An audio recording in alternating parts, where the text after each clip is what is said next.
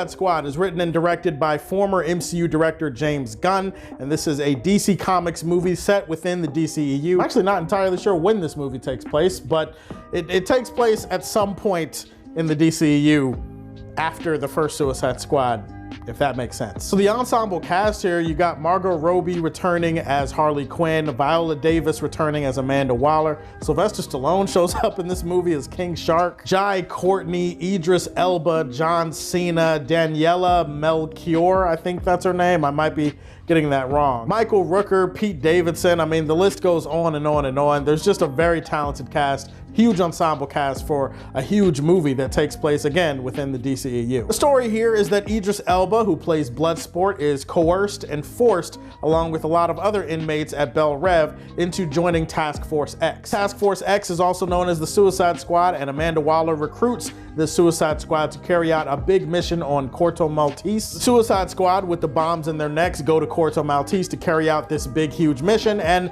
as you would expect, things don't go their way. Things kind of go haywire, and they get a lot more than they bargained for by the end of the film. A bunch of characters who are somewhere where they don't want to be, trying to save the world, sort of, again, but they're the bad guys. I'm gonna level with you guys, I'm not a huge James Gunn fan. I was not looking forward to this movie much at all, and I think there's only really one movie that I've really liked from James Gunn, and that's Guardians of the Galaxy. I'm not a big fan of James Gunn, mostly as a writer. I think he's written some good stuff before, like Dawn of the Dead with Zack Snyder, but overall, I'm not a huge fan of his writing, especially some of his writing in the MCU. Plus, it really rubs me the wrong way, some of the behind-the-scenes corporate executive bullshit that happened to David Ayer while he was working on his version of Suicide Squad. But I also feel like it's kind of dangerous to take those type of preconceived emotions about behind-the-scenes drama into a movie where you're trying to judge the movie for what it's trying to be. In cases like that, sometimes your emotions get in the way, and sometimes it forces you to have the opinion that you wanted about a movie instead of the opinion that you probably should have. So even though I wasn't excited for this movie, I still went into it with open arms, hoping to embrace it, and I gotta say, the Suicide Squad is actually kind of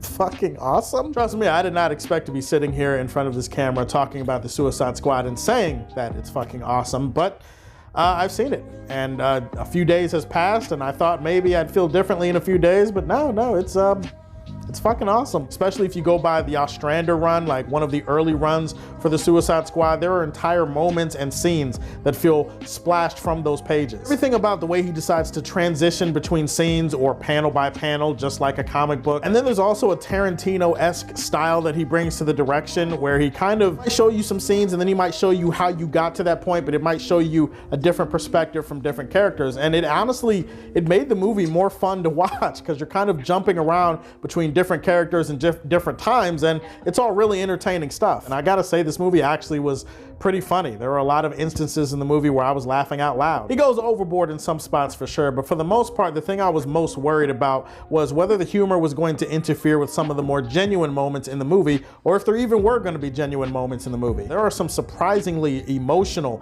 and sincere moments in this movie with characters and with the story, and James Gunn doesn't try to ruin the moment or take away from it with a bunch of jokes. That's something I didn't expect because that's something that James Gunn has done in some of his previous movies, but he didn't do it here. He allowed certain moments to just exist as they are. I appreciated him for showing that kind of restraint in a movie like this. The movie is wild, it's crazy, it's zany, not just in terms of the visuals, but all of the characters, all of the ensemble is used to their fullest abilities here. Everybody's actually really great from a performance standpoint in the movie. There's not really much I could say about Margot Robbie that hasn't been said before. She's an amazing actress. She's also a great Harley Quinn. She's one of the best versions of Harley Quinn that we're ever gonna get. In fact, it's harder for me to see anybody else playing Harley Quinn after seeing what she's done in the 3 movies that she's been Harley Quinn. Idris Elba as Bloodsport, really actually liked what they did with him. I was kind of worried that was gonna be like a Deadshot ripoff type of thing, and it's not really. Daniela Melchior was great as Ratcatcher. John Cena even had a lot of moments as Peacemaker, who, if you didn't know, he's gonna be getting his own show on HBO Max in a few months. James Gunn did a great job at spreading this cast out and giving them all equal moments of badassery or hilarity,